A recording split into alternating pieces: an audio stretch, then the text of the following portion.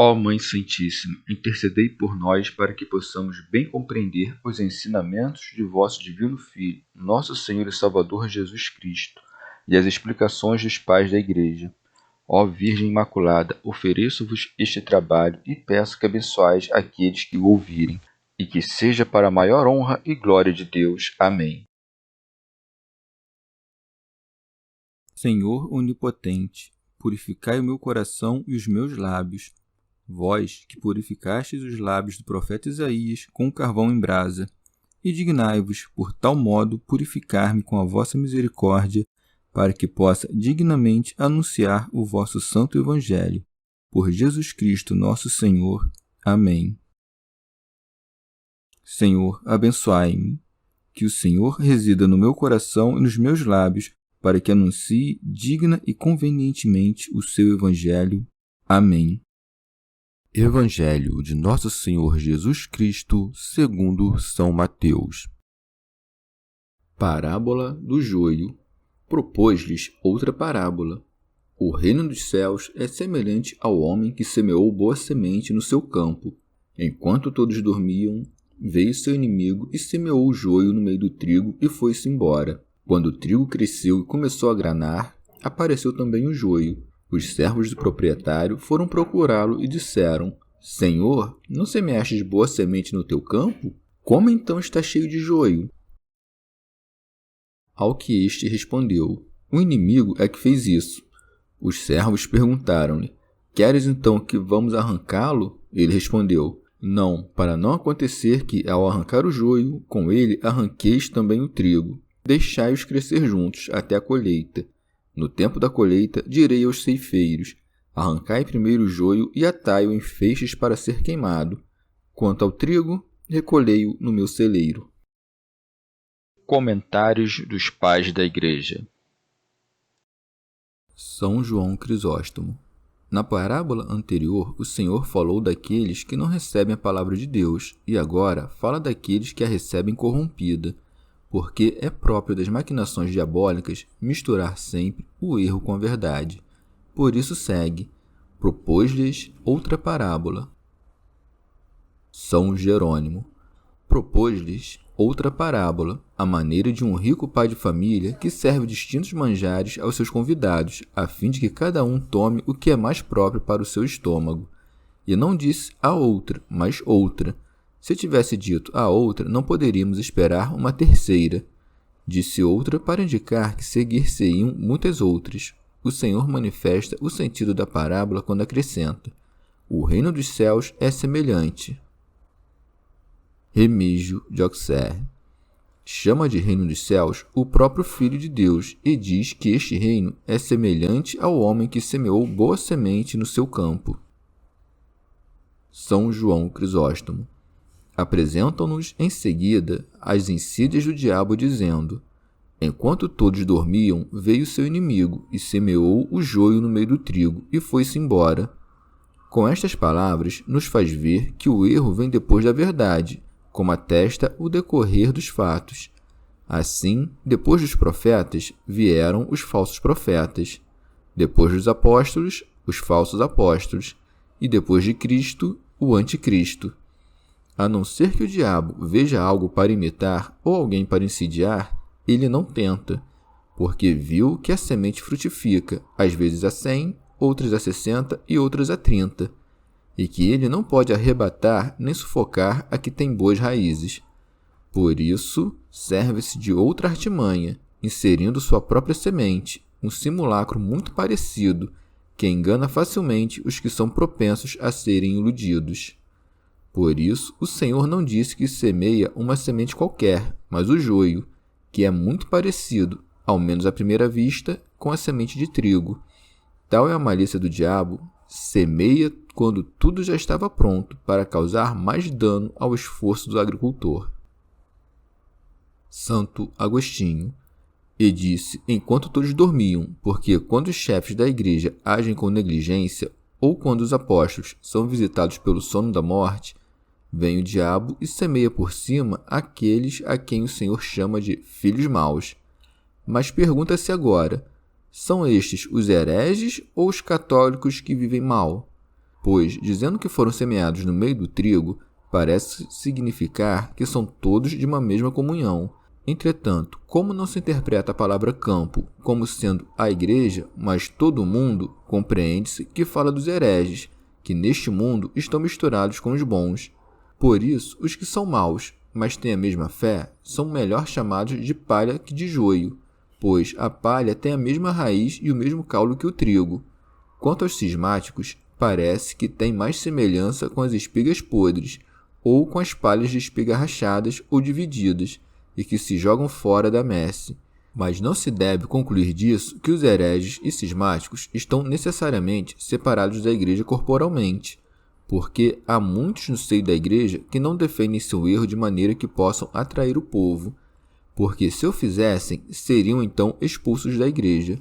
Quando o diabo, tendo semeado por cima seus erros terríveis e falsas opiniões, isto é, tendo lançado as heresias em nome de Cristo, escondeu-se melhor e ficou ocultíssimo. E é isto que significa, e foi-se embora.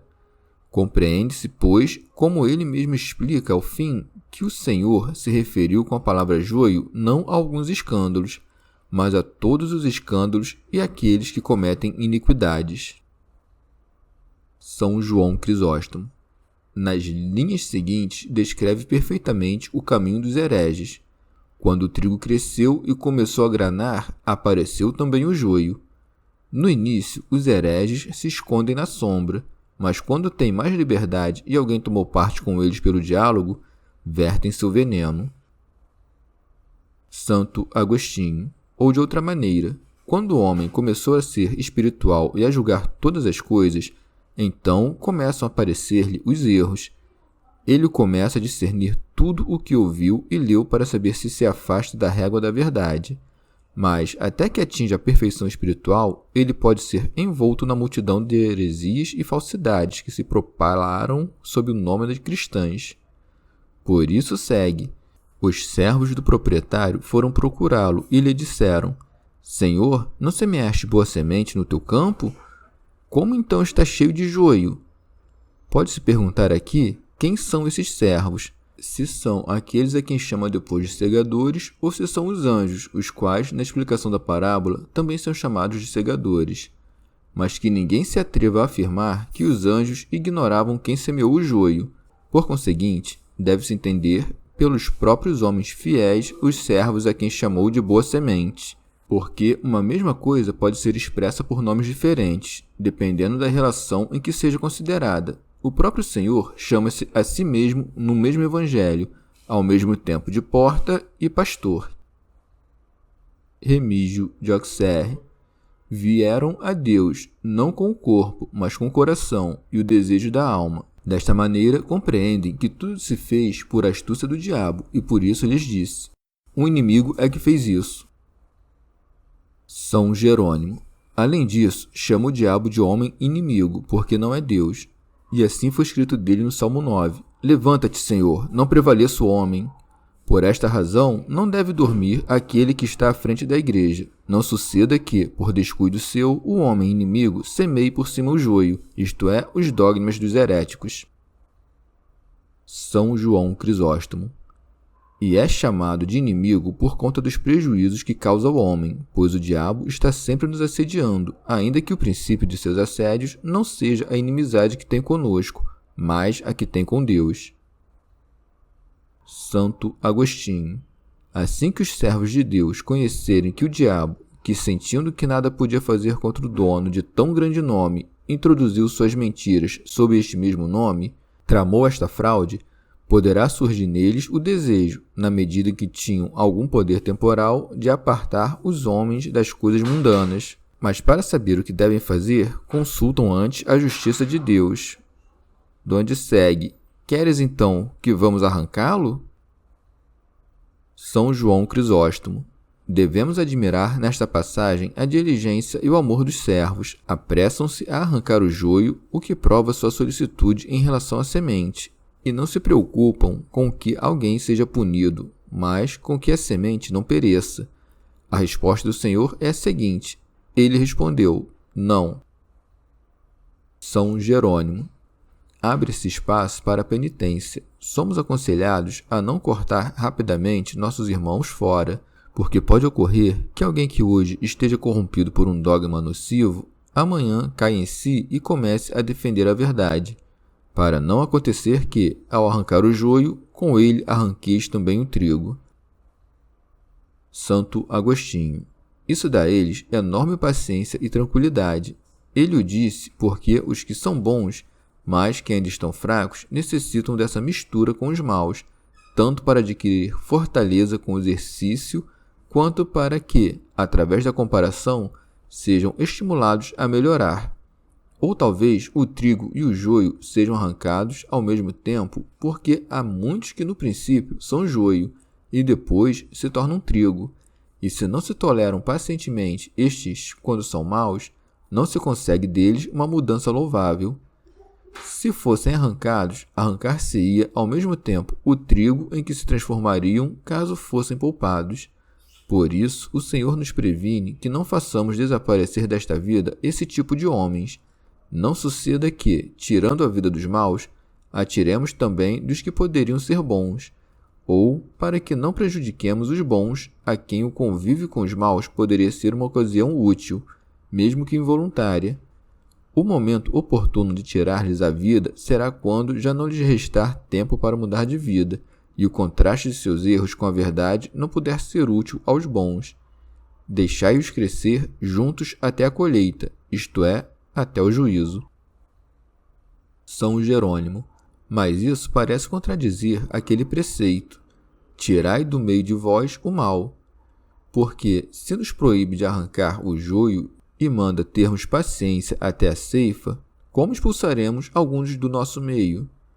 Mas entre o trigo e o joio, que nós chamamos de lolium, quando ainda são ervas e de seu talo não brotou a espiga, há grande semelhança e nenhuma ou muito pouca distância para discerni-los. Por esta razão, o Senhor nos adverte inicialmente a não proferirmos uma sentença sobre algo tão ambíguo e a reservar o juízo a Deus, para que ele, no dia do juízo, lance fora da Assembleia dos Santos não a suspeita de crime, mas o manifestamente culpado. Santo Agostinho. Quando algum cristão no seio da igreja for pego num pecado digno de anátema, seja anatematizado, onde não houver perigo de cisma, e faça-se com amor, não a fim de eliminá-lo, mas de corrigi-lo. Mas, se ele não reconhecer nem se corrigir através da penitência, ele mesmo irá para fora e será separado da comunhão da igreja por sua própria vontade.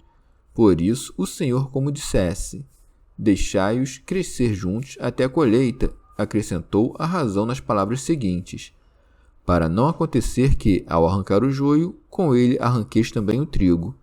Isso manifesta claramente que, quando não há esse perigo e a segurança total da permanência da semente, isto é, quando o crime é tão conhecido e detestado por todos que não há absolutamente ninguém, ou se há alguém que se atreva a defendê-lo, é tão pouco notável que não pode dar lugar ao cisma, não se deve descuidar da severidade da disciplina, e a correção do erro será tanto mais eficaz quanto mais diligente for a observação da caridade.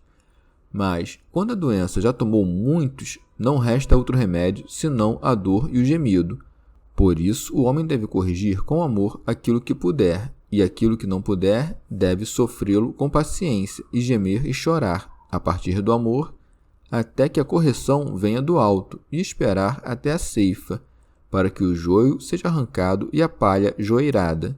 Quando é possível erguer a voz em meio ao povo, deve-se fazer a correção das turbas iníquas com uma repreensão geral, principalmente se algum flagelo enviado do céu por Deus nos oferece a ocasião e a oportunidade de mostrar que são castigados por sua própria causa, porque as calamidades públicas tornam os ouvidos mais dóceis às palavras daquele que os corrige e excitam mais facilmente os corações aflitos a se confessarem gemendo do que a resistirem murmurando.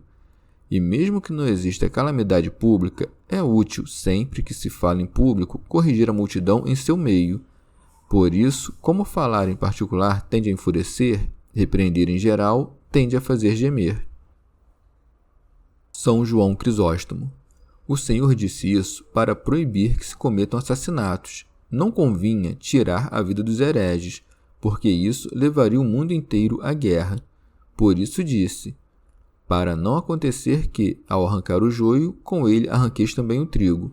Ou seja, se empunhardes as armas e tirardes a vida dos hereges, vossos golpes alcançarão necessariamente muitos dos santos. O Senhor não proíbe, pois, que detenhamos hereges e que se suprima sua livre publicação, que se dissolvam seus sínodos e seus esforços, mas de assassiná-los e matá-los. Santo Agostinho. No princípio, eu era da opinião de não coagir ninguém a entrar na unidade de Cristo. Pensava que se deveria agir através da palavra, combater na discussão, vencer pela razão, para que não tivéssemos como católicos fictícios aqueles que sabemos serem hereges declarados. Mas esta minha opinião era subjugada não pelas palavras dos que a contradiziam, mas pelos exemplos contrários demonstrados. Com efeito, o terror daquelas leis, por cuja promulgação os reis servem a Deus no temor, foi de tal modo útil que agora alguns dizem: já queríamos isso antes, mas graças a Deus que nos ofereceu a ocasião e abreviou a curta demora dos adiamentos.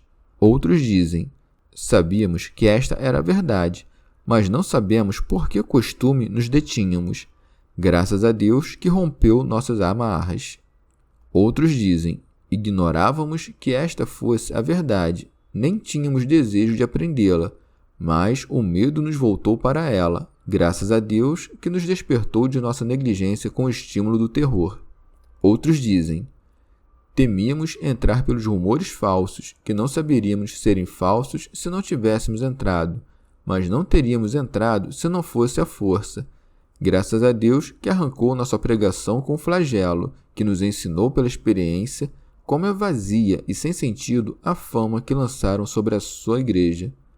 Outros dizem: nós julgávamos não ser coisa de interesse receber a fé de Cristo, mas, graças ao Senhor, que pôs fim à nossa separação e, com isso, mostrou ser conveniente prestar culto ao Deus único na unidade. Sirvam, pois, os reis da terra a Cristo, promulgando leis em favor de Cristo. Quem de vós desejará não só que um herege pereça, mas também que perca algo? Mas, de outro modo, a casa de Davi não mereceu ter paz caso não tivesse desaparecido seu filho Absalão na guerra que movia contra seu pai. Mesmo este rei, infortunado, tendo recomendado a seus servidores o maior cuidado para que conservassem a vida de seu filho, de quem o afeto paterno esperava apenas a penitência para perdoá-lo. Que restou a ele senão chorar o filho perdido e, uma vez conquistada a paz para o seu reino, consolar sua desolação? Assim, a Igreja Católica, nossa mãe, se pela perda de alguns reúne muitos outros, acalma a dor de seu coração maternal e cura-se com a libertação de tantos povos. Onde se funda, pois, o que alguns vociferam? Somos livres para crer ou para não crer? A quem forçou Cristo? A quem obrigou? Eis o apóstolo Paulo. Reconheçam o Cristo nele, primeiro coagindo e depois ensinando, primeiro ferindo e depois consolando. Mas é coisa admirável que aquele que entrou no Evangelho pela força de um castigo corporal tenha trabalhado mais no Evangelho que todos aqueles que foram chamados só pela palavra. Por que então a Igreja não obriga seus filhos perdidos a voltar, se esses mesmos filhos perdidos forçam outros a perecer? Segue. No tempo da colheita, direi aos ceifeiros: arrancai primeiro o joio e atai-o em feixes para ser queimado. Remígio de Auxerre chama de ceifa o tempo da colheita, e por ceifa se entende o dia do juízo, em que os bons serão separados dos maus. São João Crisóstomo. Mas por que disse: arrancai primeiro o joio? A fim de que os bons não temam que, juntamente com o joio, deva-se arrancar também o trigo. São Jerônimo. É manifesto que, quando diz que o joio deve ser atado em molhos e lançados ao fogo, e o trigo recolhido no celeiro, quaisquer hereges e hipócritas serão juntamente queimados no fogo da geena. e que os santos, chamados de trigo, serão recolhidos nos celeiros, isto é, nas mansões celestiais. Santo Agostinho.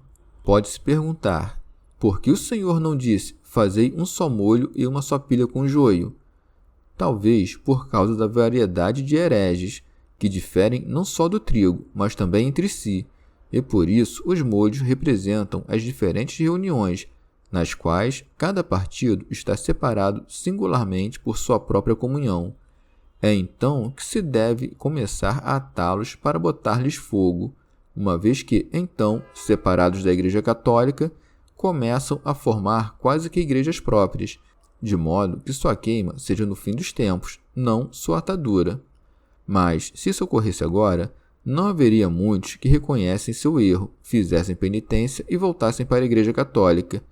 Por esta razão, os molhos serão atados no fim, para que não sejam punidos confusamente, mas na medida da sua perversidade e da obstinação no erro. Rábano Mauro. E é de se notar que, quando diz semeou boa semente, significa a boa vontade que está nos eleitos, e quando disse veio seu inimigo, quis nos intimar a termos cautela, e nas palavras um inimigo é que fez isso, proferidas em resposta ao joio que crescia, recomendou-nos a paciência, e naquelas outras, para não acontecer que, ao arrancar o joio, nos deu um exemplo de discernimento, e quando acrescenta deixai-os crescer juntos até a colheita, recomendou-nos a longanimidade, e por último a justiça, quando disse, e atai-o em feixes para ser queimado. Chegamos ao fim de mais um dia de comentários da Catena Áurea. Muito obrigado por ficarem até aqui, que Nossa Senhora derrame suas graças sobre nós, e até amanhã.